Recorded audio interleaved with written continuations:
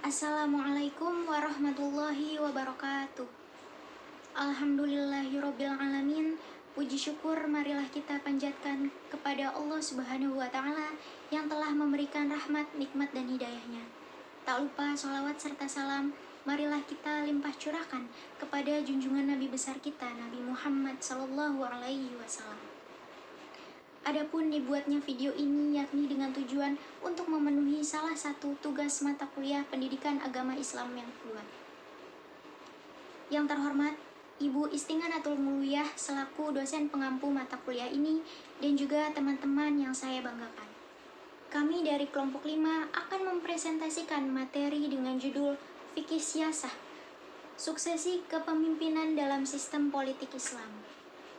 Adapun susunan presentasi pada kali ini, yang pertama pengenalan anggota, yang kedua penyampaian materi, dan yang ketiga penutup. Sebelumnya, perkenalkan nama saya Adlin Putri Pinanggi. Di sini saya sebagai moderator dari kelompok 5 yang akan memandu presentasi hingga akhir. Lalu selanjutnya saya akan memperkenalkan anggota dari kelompok 5. Assalamualaikum warahmatullahi wabarakatuh. Perkenalkan, nama saya Regita Indah Pertiwi dengan NIM 222720092 sebagai pemateri pertama. Nama saya Adlin Putri Pinanggi. Di sini saya juga sebagai pemateri kedua. Perkenalkan, saya Alma Maulida sebagai pemateri ketiga. Saya Intan Nira sebagai pemateri keempat.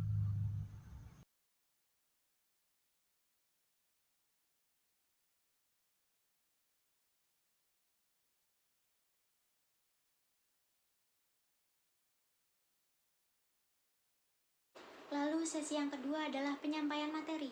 Materi yang pertama akan disampaikan oleh Regita. Kepada Regita dipersilahkan. Baik, terima kasih kepada moderator. Saya akan menyampaikan materi pertama, yaitu pengertian fikih siyasah.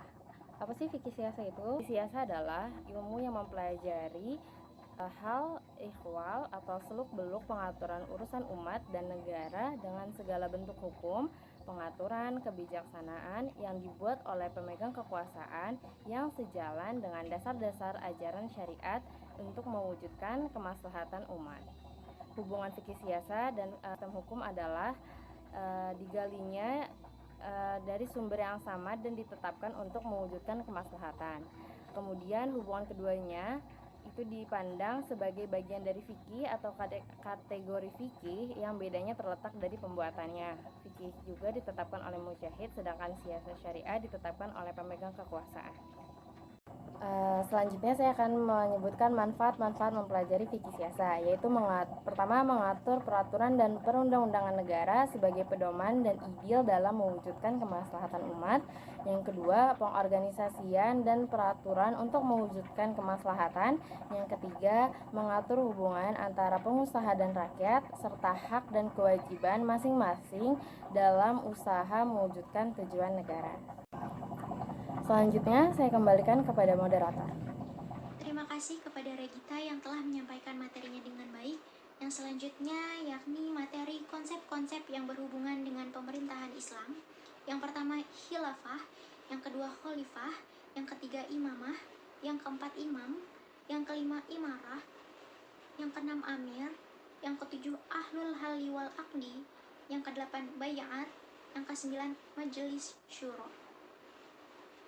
Yang selanjutnya syarat-syarat pemimpin yang ditentukan dalam Islam. Yang pertama sidik, yaitu jujur sehingga dapat dipercaya. Yang kedua tablik, yaitu penyampai, kemampuan berkomunikasi dan bernegosiasi. Yang ketiga yakni amanah, artinya bertanggung jawab dalam menjalankan tugasnya.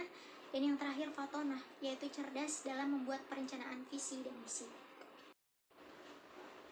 Materi yang selanjutnya akan disampaikan oleh Alma. Kepada Alma dipersilahkan. Terima kasih kepada moderator. Selanjutnya yaitu ciri penting yang menggambarkan kepemimpinan dalam Islam.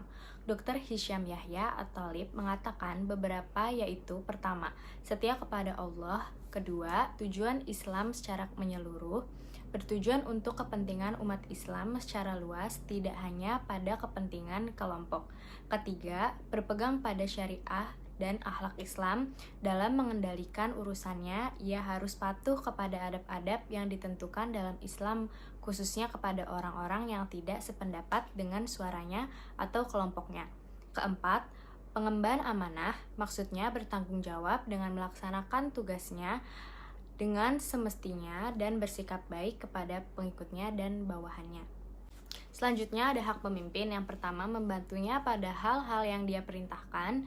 Yang kedua, menetapkan belanja yang mencukupi diri dan keluarganya dengan tidak berlebihan atau kekurangan.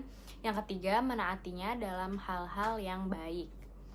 Hak-hak ini menurut akal memang suatu keharusan dan oleh agama kemudian disebutkan dalam Al-Quran, Quran Surat An-Nisa ayat 59.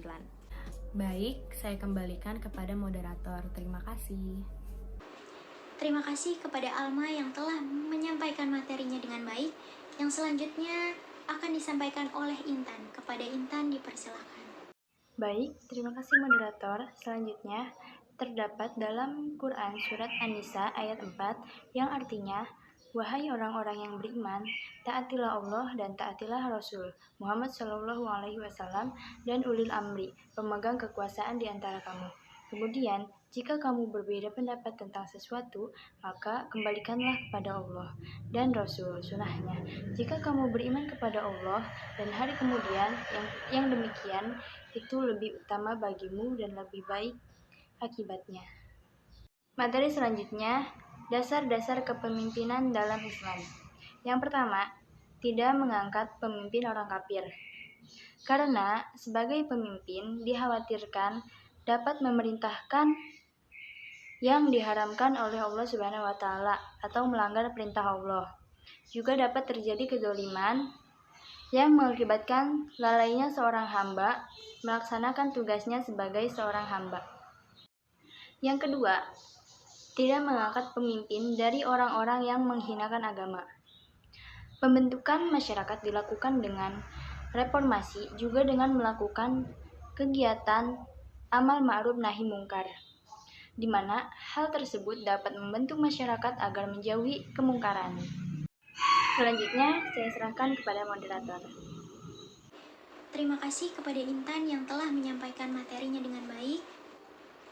Materi dari kelompok 5 telah selesai. Selanjutnya kami memasuki sesi penutup. Kami dari kelompok 5 mengucapkan mohon maaf atas segala kekurangan dan kelebihannya. Sekian, wassalamualaikum warahmatullahi wabarakatuh.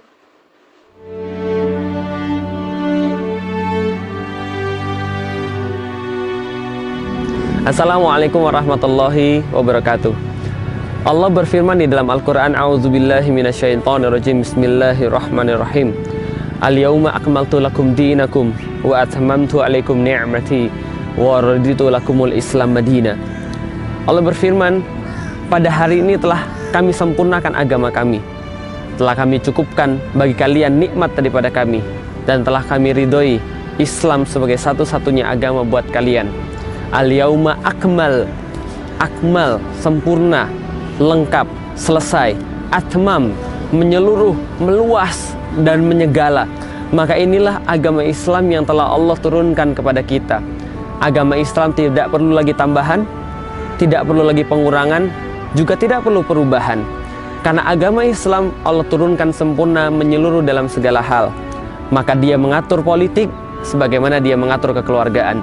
Dia mengatur akhlak sebagaimana dia mengatur ekonomi. Dia mengatur segala-galanya di dalam hidup manusia.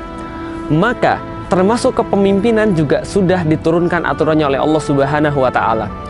Bagaimana pemimpinnya itu pun sudah diturunkan oleh Allah Subhanahu wa taala. Ciri-ciri pemimpin yang baik, pemimpin seperti apa harus dipilih, pemimpin seperti apa harus kita angkat, kepemimpinan seperti apa harus ia pakai, semuanya sudah dirinci oleh Allah Subhanahu wa taala. Sehingga bukan hanya pemimpin yang amanah yang harus diwujudkan di dalam Islam, namun juga sebuah sistem kepemimpinan yang amanah. Pemimpin yang amanah di dalam Islam Rasulullah contohkan dengan dirinya. Rasulullah contohkan pula dengan khalifah setelahnya. Abu Bakar As-Siddiq, Umar bin Khattab, Utsman bin Affan, Ali bin Abu Thalib. Semua telah tercontohkan dengan sempurna pemimpin yang amanah. Dan sistem kepemimpinan yang amanah Rasul contohkan pula di dalam kehidupannya ketika beliau masih hidup di Madinah. bagaimana beliau mengatur Madinah dengan syariat Allah, syariat Islam. Dilanjutkan oleh Khulafaur Rasyidin yang mereka mengatur Islam, mereka mengatur umatnya dengan Islam dengan sebuah sistem yang dinamakan dengan khilafah. Pemimpin amanah adalah khalifah, sistem kepemimpinan yang amanah adalah khilafah. Dan ketika kita menuduh bahwa Islam tidak punya sistem kepemimpinan yang khas, bahwa Rasul tidak menurunkan sistem kepemimpinan yang khas, sama saja ketika menuduh Allah tidak menurunkan Islam yang sempurna. Sama saja kita menuduh Rasulullah tidak mencontohkan yang menyeluruh dan menyempurna. Maka Islam sudah sempurna, tidak perlu tambahan, tidak perlu pengurangan, tidak perlu perubahan. Kita tidak perlu konsep dari luar, kita hanya perlu konsep dari Islam, karena inilah konsep yang sempurna, yang tidak perlu lagi ada penambahan, tidak perlu ada pengurangan, dan tidak perlu ada perubahan. Adapun wasilahnya, adapun cara penerapannya boleh berubah, bahkan wajib berubah menurut zaman. Tapi esensi penerapannya, syariat Allah, semua sudah sempurna. Al-yauma akmaltu lakum dinakum wa atmamtu alaikum ni'mati wa raditu lakumul Islam madinah. Maka banggalah kita sebagai orang Islam yang punya konsep menyempurna, termasuk dalam pemimpin dan sistem kepemimpinan. Dan inilah yang tidak boleh hanya jadi teori, tapi juga harus jadi penerapan. Assalamualaikum warahmatullahi wabarakatuh.